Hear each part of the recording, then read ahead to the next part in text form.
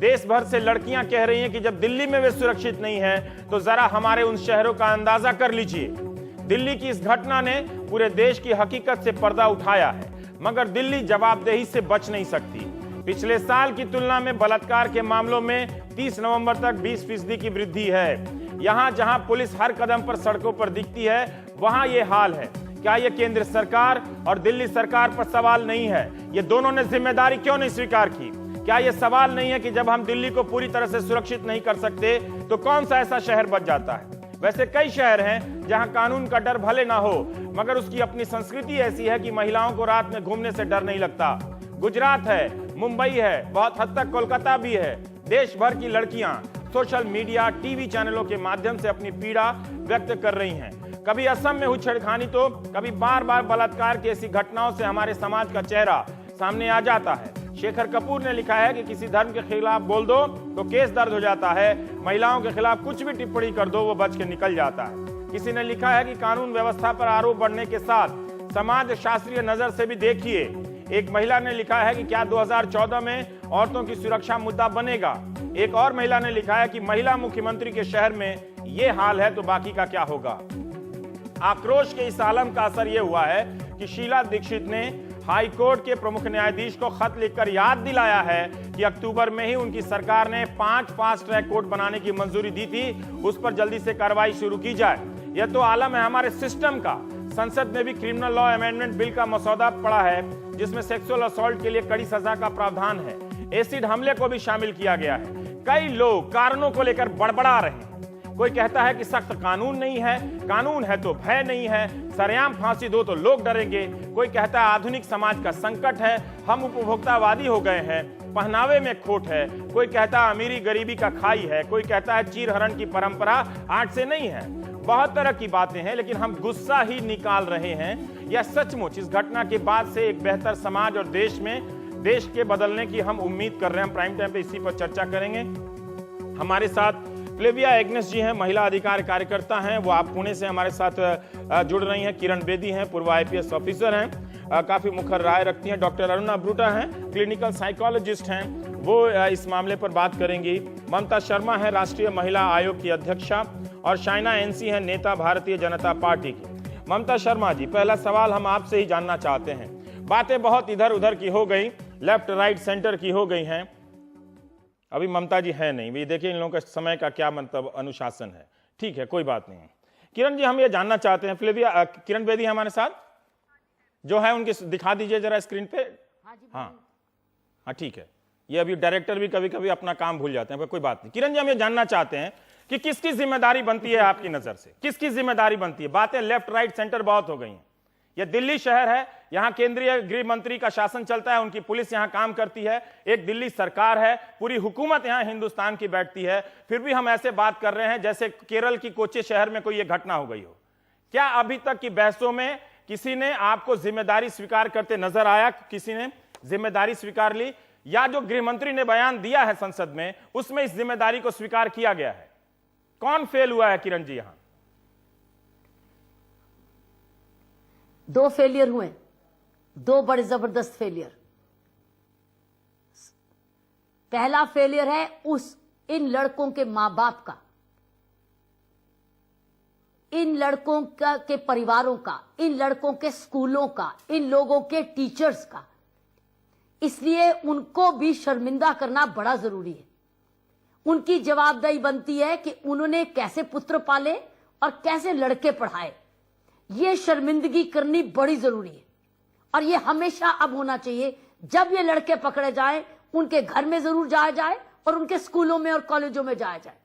ये बहुत जरूरी है, ताकि स्कूल वाले भी डरे कि हमारा नंबर भी आ सकता है, और घर वाले भी बने कि हमारे आस पड़ोस में हमारी शर्मिंदगी हो सकती। ये अब वापस ये सोशल कंट्रोल लाना, सोशल जिम्मेवारी लाना बहुत जरूरी है। किरण जी, क्या सरकार स्कूल के टीचरों की बना दी जाए इस देश में? मुख्य फिर हम गृह मंत्री को क्यों नौकरी पर रखते हैं, फिर हम पुलिस कमिश्नर को क्यों नौकरी पर रखते हैं? मैं ये सिस्टम की बात जानना चाहता हूं पहले आपसे। क्या सिस्टम फेल हुआ है कि नहीं हुआ है? क्या टीचर को, माँ बाप को गृह मंत्री बना दिया जाए इस देश में? करना देगी तो मैं जवाब दे दूंगी जरूर। अगर आप प्रिवेंशन चाहते हैं तो मैं उसका जवाब दे रही हूं। मैं पहले जानना चाह रहा था कौन फेल हुआ है। प्रिवेंशन की बात करेंगे। Yes. फेलियर है फैमिली का, फेलियर है पुलिस का, ये फेलियर फैमिली कंट्रोल का है, ये फेलियर पुलिस कंट्रोल का है। लेकिन सवाल उठता है कि पुलिस वाले, ये जो पुलिस है, ये क्यों नहीं लोगों को साथ में जोड़ती, क्यों नहीं कम्युनिटी पुलिसिंग करती, क्यों नहीं सिक्योरिटी प्लान बनाती, और ये जो स्टेट की गवर्नमेंट है, ये सिविल डिफेंस को पुलिस के साथ क्यों नहीं काम कराती, सिविल डिफेंस, लोकल पुलिस और होम गार्ड ये मिलकर रात को पेट्रोलिंग क्यों नहीं करते। ये उधर भी फेलियर है। चलिए ठीक है, आप ये एक सुनना समाधान, बड़ा जरूरी है। अगर आपका एक डेथ पेनल्टी आ जाए, डेथ पेनल्टी तो आनी बाद में, पहले क्राइम रोकना हमारा पहला फर्ज है। ठीक है, आप एक जिम्मेदार बात कर रही हैं, एक रास्ता रुकेगा बता रही हैं जब कि तक कंबाइंड पेट्रोलिंग नहीं होगी। जी शाइना, हम ये जानना चाहते हैं कि किरण बेदी ने एक अच्छी बात कही है कि जो एक वो समाधान की तरफ इशारा कर रही हैं कि ये करना बहुत जरूरी है, वरना हम फिर से इसी मोड़ पर आकर खड़े होंगे और इस तरह के सवालों से टकरा रहे होंगे। लेकिन क्या इस पूरे मामले में एक भी अधिकारी का तबादला नहीं हुआ? हम ये जानना चाहते हैं कि क्या जिम्मेदारी फिक्स की गई है क्या,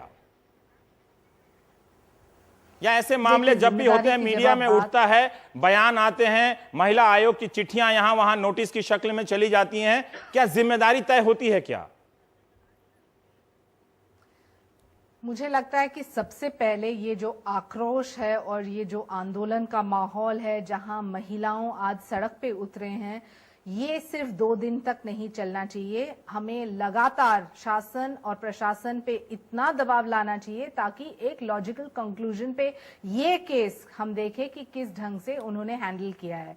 बहुत बड़ा और महत्वपूर्ण सवाल ये उठता है कि अपराधियों में कानून का खौफ क्यों नहीं है, और ये इसका जवाब एक ही उतरता है कि जो सरकार कमजोर है और जो प्रशासन अपना काम नहीं कर रही है, तो कभी कभार ये अपराधियों को ये लगता है कि हमको जो करना है हम करेंगे, कुछ नहीं होने वाला है, और यही हुआ है आज तक।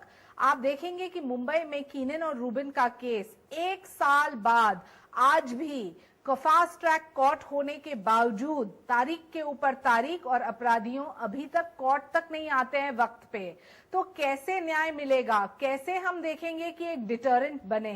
डिटरेंट और ये अपराधियों को सबक तब मिलेगी जब उनको पता है कि देखिए आप ये दोबारा करने की हिम्मत ही ना हो, और वो तब हो सकता है जब ये आंदोलन, मुझे लगता है कि कानून कायदे में भी परिवर्तन लाना अवश्य है। आप मानसिकता की बात कर रहे थे और किरण जी ने कहा कि परिवार में जो माहौल होना चाहिए, लेकिन वो मानसिकता पुलिस फोर्स में भी आज नहीं है। जब कोई महिला जाती है एफआईआर दर्ज करने, तो शुरुआत में ही ये प्रश्न उठता है कि आप क्या कर रहे थे बाहर रात को, आपने क्या पहना था, क्या आपने कुछ गलत किया?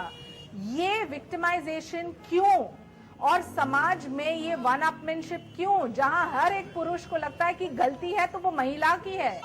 और एक बहुत ही महत्वपूर्ण पॉइंट रवीश भाई, ये जो टेलीविजन और सिनेमा में आज आप देखते हैं एक ऑब्जेक्टिफिकेशन ऑफ अ वुमेन, जहां एक महिला सिर्फ एक आइटम नंबर है, इसके ऊपर भी इंट्रोस्पेक्शन करने की आवश्यकता है, क्योंकि रिस्पॉन्सिबिलिटी है तो समाज की है। हम बार बार कहते हैं bystanders have a legal responsibility, moral responsibility नहीं है तो भी, लेकिन वो बाईस्टैंडर करेगा क्या जब पुलिस ही वहां बीट कांस्टेबल तक नहीं है? मुझे लगता है कि ये बहुत सारे प्रश्न हमारे सामने आज हैं और सभी के जवाब लेके हमें एक लॉजिकल कंक्लूजन तक पहुंचना चाहिए।